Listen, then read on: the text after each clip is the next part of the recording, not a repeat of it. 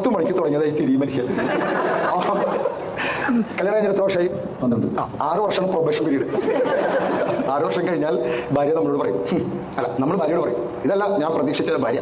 അപ്പൊ ഭാര്യ പറയും, ഓ ഞാനത് പറയാൻ കയറും, ഇതല്ല ഞാൻ പ്രതീക്ഷിച്ച ഭർത്താവ്.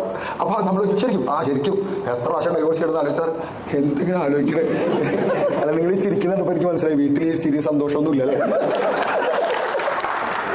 വിവാഹ ജീവിതത്തിൽ രക്ഷപ്പെടണമെന്നുണ്ടല്ലോ, ഭാര്യ ഇല്ലാതെ നമ്മൾ സന്തോഷിക്കുന്നുണ്ട് എന്ന സത്യം അവരറിയരുത്. നമ്മൾ ടൂർ പോയിരിക്കണേ, ഭാര്യ നമുക്ക് വിളിക്കും, നമ്മൾ പൊളിക്കണോടെ ഫ്രണ്ട്സായിട്ട്, ഓൺലി ഫ്രണ്ട്സ്. ഓ എന്തൊരു രസമല്ലേ ഫ്രണ്ട്സായിട്ട് പൊളിക്കാൻ, ആട്ടിച്ച് പൊളിക്കാൻ. എൻ്റെ ഇടയിൽ വിളിക്കും, എങ്ങനെയുണ്ട് അടിപൊളിയല്ലേ.